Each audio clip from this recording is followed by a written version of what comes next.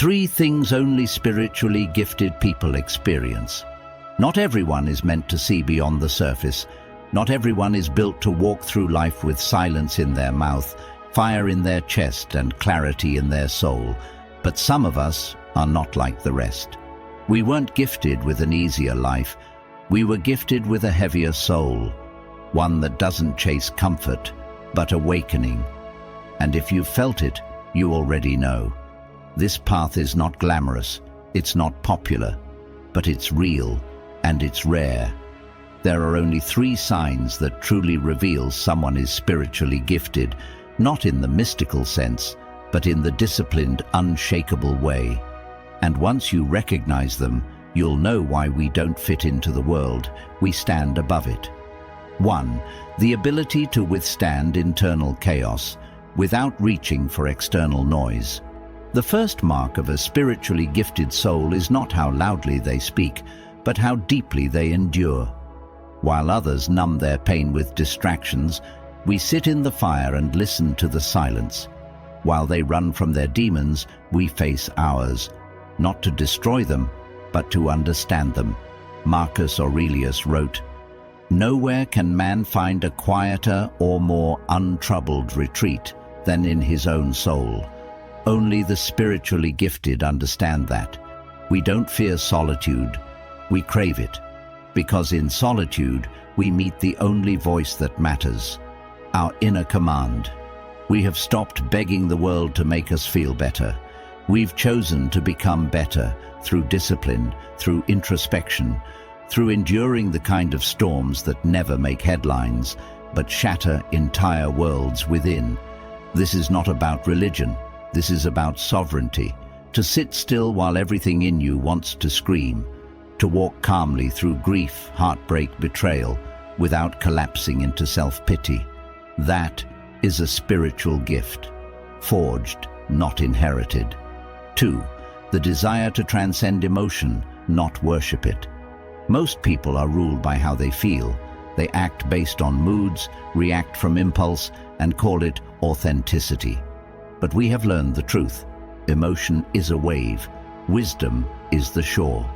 Seneca warned, "No man is more unhappy than he who never faces adversity, for he is not permitted to prove himself."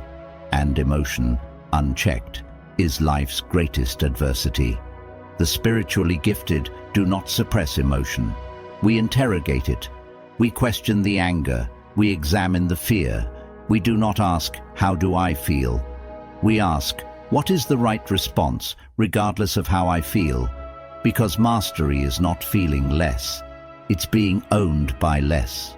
And when we rise above our emotions, when we act from principle, not from pain, we don't become cold. We become untouchable. They call it detachment. We call it liberation. We don't lash out. We don't beg for closure. We don't return to what broke us. We rise, quietly, powerfully, without needing the world to understand us. Because when you've seen what we've seen inside yourself, you no longer chase validation. You chase virtue. 3. The relentless pull toward inner mastery, no matter the cost. There is a hunger that the spiritually gifted cannot ignore, not for money, not for praise, but for control over the self. While others chase pleasure, we chase the parts of us that still flinch, still react, still fold under pressure. We want to find them and destroy them, not with hate, but with discipline. Cleanthes, the Stoic poet and successor to Zeno, once said, "Lead me, O Zeus, and thou, O destiny, to the goal that has been assigned to me." This wasn't submission, it was alignment with the higher self, with fate, with truth. We don't care what the world thinks. We care whether we are mastering the animal within, the fear-driven, reactive, needy shadow that still lives in all of us. We wake up each day not asking, "What will make me happy?" but "What must I kill in myself to become unbreakable today?" We sacrifice comfort. We sacrifice popularity. Sometimes we even sacrifice love, because we know Nothing external is worth more than command over the inner fortress.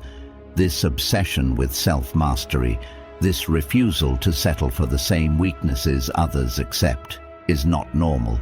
It is a spiritual fire. One few carry, fewer understand, and even fewer survive. But we do, because this path isn't about becoming someone, it's about becoming no one the world can shake. If this path speaks to something ancient inside you, it's because the fire's always been there. Subscribe for more truths that weren't meant for everyone, just those who endure in silence.